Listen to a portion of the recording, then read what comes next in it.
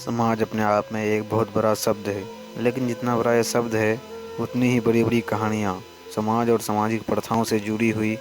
इन्हीं कुछ सामाजिक प्रथाओं में एक प्रथा है बेटी को बोझ समझना। दहेज प्रथा की बड़ी बड़ी बेड़ियों में जकड़ कर समाज आज इतना लाचार हो गया है कि जिन बेटियों को समाज लक्ष्मी का रूप समझता था, आज वही लक्ष्मी समाज को बोझ लगने लगी है। आज इन्हीं सामाजिक प्रथाओं से ओतप्रोत एक कहानी भतेरी इस चैनल पर आपके लिए लेकर आए हैं।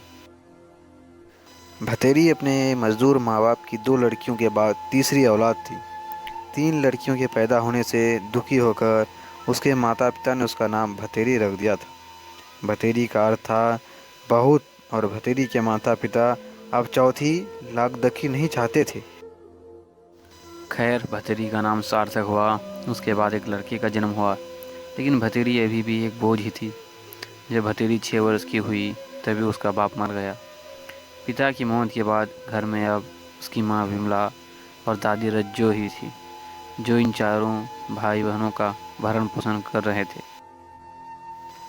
भतेरी की दादी रज्जो को आज भी बेटे की मौत से ज़्यादा दुख ये था कि भतेरी का बाप अपने पीछे 3 लड़कियों को छोड़ गया था।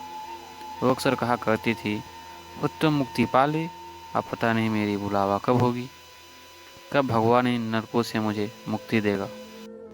भतेरी ने लड़की होने के कारण अपनी पूरी ज़िंदगी अपने परिवार की गाली और दुत्कार ही सही। पति की मौत के बाद भतेरी की माँ विमला भी भाव शून्य हो गई थी। उसे भी अब अपनी तीनों बेटियाँ जिम्मेवारी नहीं, बोझ ही दिखाई देती थी। जब भतेरी 12 वर्ष की हुई तो उसे ब्लड कैंसर हो गया।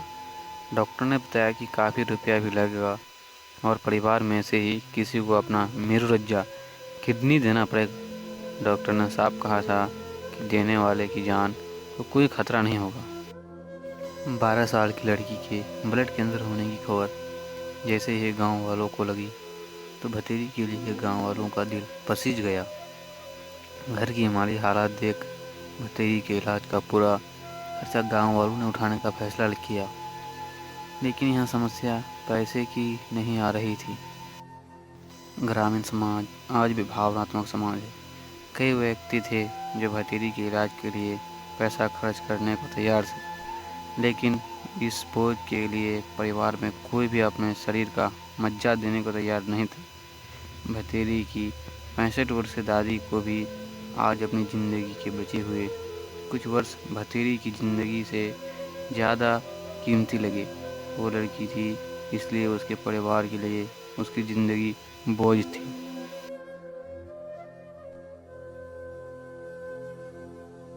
अपनी बीमारी से घुटती भतेरी आज मर चुकी थी।